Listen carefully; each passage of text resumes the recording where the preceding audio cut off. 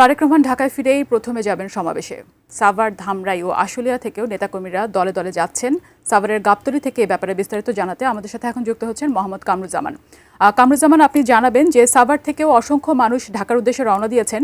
গণপরিবহনের কি পরিস্থিতি, উনাদের ঢাকায় পৌঁছাতে বা রওনা দিতে কোনো ধরনের ভোগান্তি হচ্ছে কিনা, সার্বিক পরিস্থিতি জানাবেন।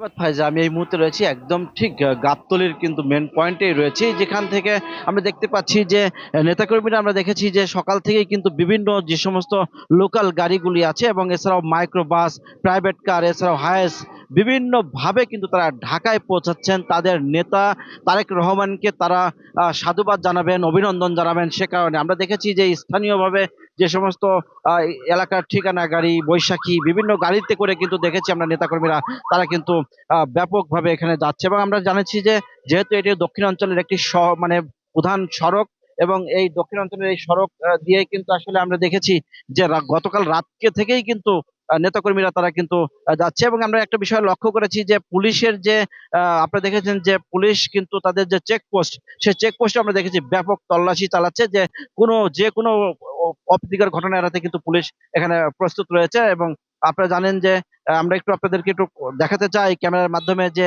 প্রত্যেকটা যারা মোটরসাইকেল বা বা অন্যান্য যানবাহনে করে যারা যাচ্ছে, তাদেরকেও আমরা দেখেছি যে তারা আসলে এই যে চেকপোস্টের মাধ্যমে কিন্তু তাদেরকে তল্লাশি করা হচ্ছে, যে কোনো আহ, অন্য কোনো আসলে কোনো অপ্রীতিকর ঘটনা হয় কিনা। আমরা একটু কথা বলতে চাই এখানে চেকপোস্টে আসা যে একজনের সাথে কথা বলতে চাই। আমরা একটু পুলিশের একজন কর্মকর্তার সাথে কথা বলতে চাই যে আসলে কি চেকপোস্ট করছেন, কি তল্লাশি করছেন, কেন করছেন, আর আজকের তল্লাশি আপনাদের কত দূর।